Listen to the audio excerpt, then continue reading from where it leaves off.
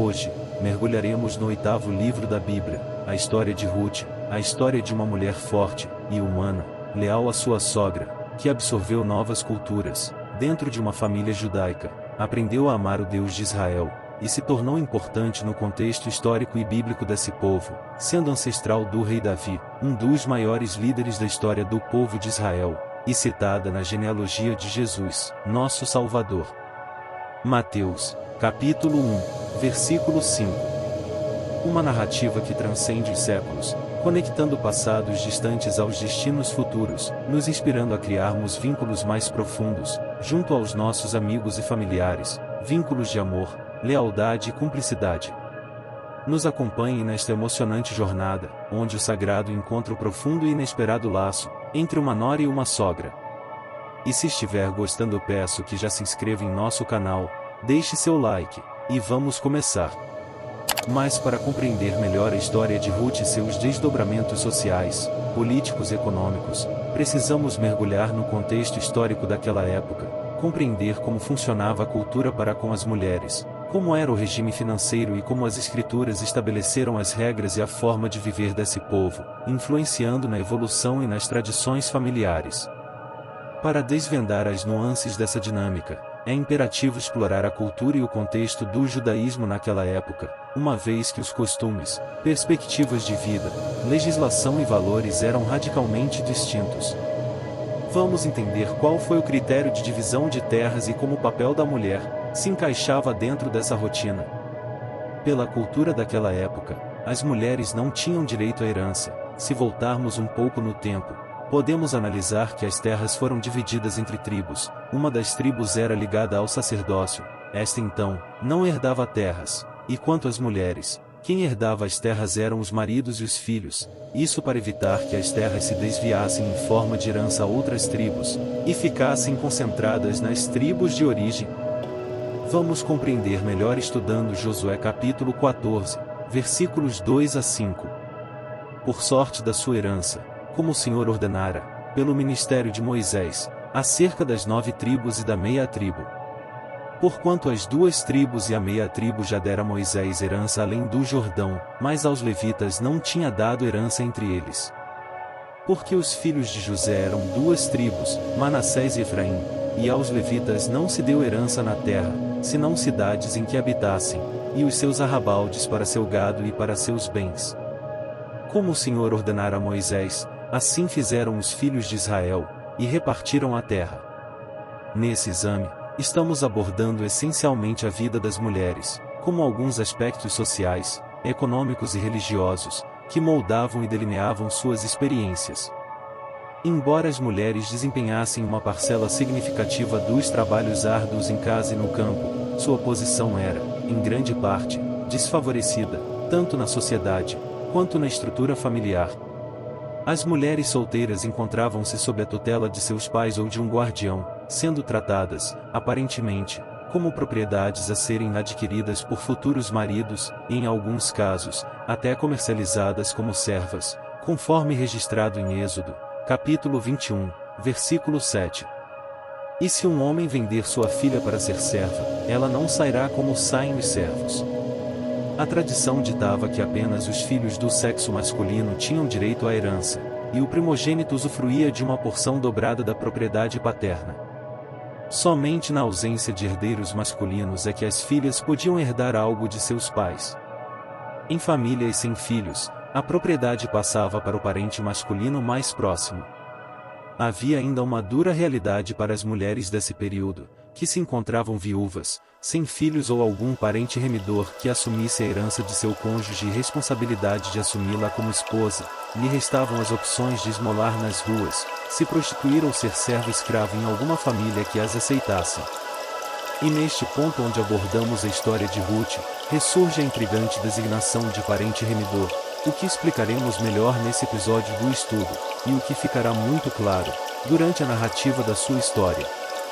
Conforme estipulado nas diretrizes para a restituição de terras, o familiar mais próximo do falecido estava incumbido de readquirir a propriedade, caso esta tivesse sido perdida devido à pobreza ou hipoteca.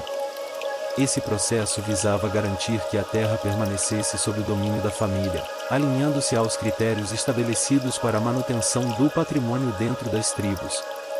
Citamos agora, Levítico, capítulo 25, versículo 25, quando teu irmão empobrecer e vender alguma parte da sua possessão, então virá o seu resgatador, seu parente, e resgatará o que vendeu seu irmão. Levítico, capítulo 25, versículo 25. Vamos explicar melhor ao tratar do termo casamento levirato. O termo levirato tem origem no latim levir, que significa irmão do marido. De acordo com as exigências do casamento levirato, o parente mais próximo do falecido deveria casar-se com a viúva, para que o nome deste não fosse extinto. Deuteronômio, capítulo 25, versículos 5 a 10. Isso significava que a família do marido era responsável por cuidar da viúva. Refere-se a uma prática presente em certas culturas, na qual um homem é obrigado a se casar com a viúva de seu irmão caso este não deixe descendência masculina. Nesse contexto, o filho resultante desse novo casamento é considerado como descendente do falecido. Tal tradição é mencionada nas Escrituras do Antigo Testamento como uma das leis de Moisés. O primeiro filho do novo casal seria então considerado legalmente filho do homem falecido, incluindo as questões relacionadas à herança. Desta forma, a lei do levirato era aplicada para zelar pela linhagem de um homem, protegendo a continuidade de seu nome, sua herança e a viúva. Vamos refletir em Deuteronômio 25, versículos 5 a 10. Quando irmãos morarem juntos, e um deles morrer, e não tiver filho, então a mulher do falecido não se casará com um homem estranho, de fora, seu cunhado estará com ela, e a receberá por mulher, e fará a obrigação de cunhado para com ela. E o primogênito que ela lhe der será sucessor do nome do seu irmão falecido, para que o seu nome não se apague em Israel. Porém, se o homem não quiser tomar sua cunhada, esta subirá à porta dos anciãos, e dirá: e meu cunhado recusa suscitar a seu irmão nome em Israel, não quer cumprir para comigo o dever de cunhado. Então os anciãos da sua cidade o chamarão, e com ele falarão, e, se ele persistir, e disser: não quero tomá-la, então sua cunhada se chegará a ele na presença dos anciãos, e lhe descalçará o sapato do pé, e lhe cuspirá no rosto, e protestará, e dirá: e assim se fará ao homem que não edificar a casa de seu irmão. E o seu nome se chamará em Israel, na casa do descalçado. E agora que compreendemos melhor acerca da divisão de terras, do acordo de casamento levirato e a política de direitos acerca das mulheres, vamos viajar pela trajetória de Ruth, e imaginar como foi a vida dessa mulher que, sendo estrangeira, conquistou seu espaço na história desse povo, entrando para o contexto bíblico e deixando lições a serem seguidas até os nossos dias. No turbilhão dos dias em que os juízes governavam Israel, antes da introdução dos reis, que aliás, contrariando a vontade de Deus, foi um pedido do povo, uma família de Belém enfrentou tempos difíceis. Vamos agora conferir essa passagem no livro de Ruth, capítulo 1, versículo 1. E sucedeu que, nos dias em que os juízes julgavam, houve uma fome na terra, por isso um homem de Belém de Judá saiu a peregrinar nos campos de Moabe, ele e sua mulher, e seus 2 filhos. Então, Elimeleque, Noemi e seus 2 filhos, Malom e Quilion, partiram para Moabe em busca de esperança. Porém havia um destino trágico aguardando Noemi, que futuramente seria a sogra de Ruth. Ela ficaria viúva e sozinha com ambos os filhos. Vemos em Ruth capítulo 1, versículos 3 a 5.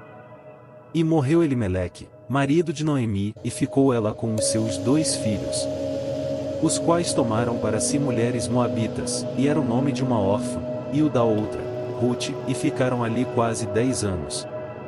Mas para Noemi e agora suas noras, o futuro se tornaria ainda mais cruel, pois morreram também os filhos de Noemi, Malom e Quilion, ficando assim viúvas, Noemi e suas noras, Ruth órfã, 3 mulheres desamparadas.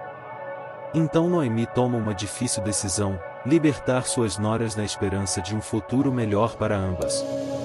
Nesse momento fica claro para nós no contexto histórico, o papel das mulheres, que se tornaram propriedades da família, após o casamento, sendo elas libertadas por Noemi, que previa um destino muito difícil para as 3 mulheres dentro dessa política social e econômica. Analisamos Rute capítulo 1, versículo 8.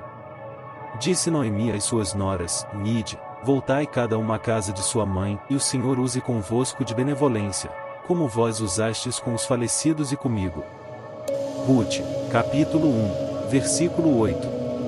Aqui, a história se bifurca, revelando a profunda lealdade de Rute.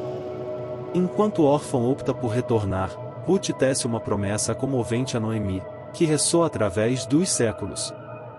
Disse, porém, Rute, não me instes para que te abandone, e deixe de seguir-te, porque aonde quer que tu fores, irei eu, e onde quer que pousares, ali pousarei eu, o teu povo é o meu povo, o teu Deus é o meu Deus.